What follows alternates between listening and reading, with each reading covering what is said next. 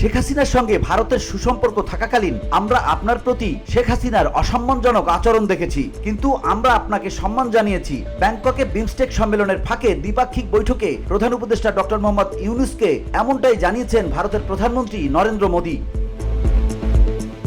ব্যাংককে ইউনূস মোদীর বৈঠকের বিষয় নিয়ে দেয়া এক ফেসবুক পোস্টে এমনটাই জানিয়েছেন প্রধান উপদেষ্টার প্রেস সচিব শফিকুল আলম।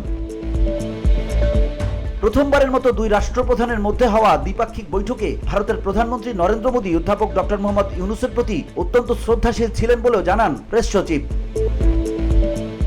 সেই সঙ্গে জানান শেখ হাসিনার প্রত্যর্পণ ইস্যু উত্থাপনের সময়ও নেতিবাচক ছিলেন না মোদী, তাই হাসিনাকে ঢাকায় প্রত্যর্পণ করা হবে বলে বিশ্বাস প্রেস সচিবের। সেই সঙ্গে তিনি বিশ্বাস করেন হাসিনার বিচার দেখতে পাবেন তিনি।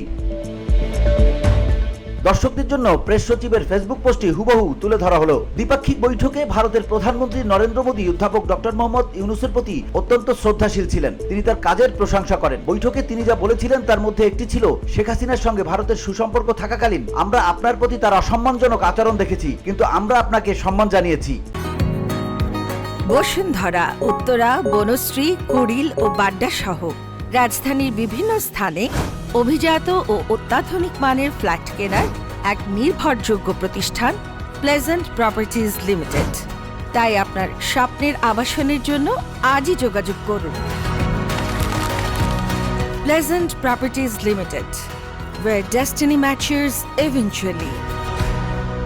আর যখন অধ্যাপক ডক্টর মোহাম্মদ ইউনূস শেখ হাসিনার প্রত্যর্পণের বিষয়টি উত্থাপন করেন তখন প্রতিক্রিয়া নেতিবাচক ছিল না। আমরা নিশ্চিত যে হাসিনাকে একদিন ঢাকায় প্রত্যর্পণ করা হবে এবং আমরা শতাব্দীর বিচার দেখব। এছাড়া এটা বেশ স্পষ্ট ছিল যে ভারত বাংলাদেশের সঙ্গে তার সম্পর্কের ক্ষেত্রে একটি নতুন দিক নির্দেশনা তৈরি করতে চায়। বৈঠকে ভারতের প্রধানমন্ত্রী অধ্যাপক ইউনূসকে বেশ কয়েকবার বলেছিলেন যে ভারতের সম্পর্ক বাংলাদেশের জনগণের সঙ্গে, কোনো একক দল বা ব্যক্তির সাথে নয়। VOD Bangla news desk.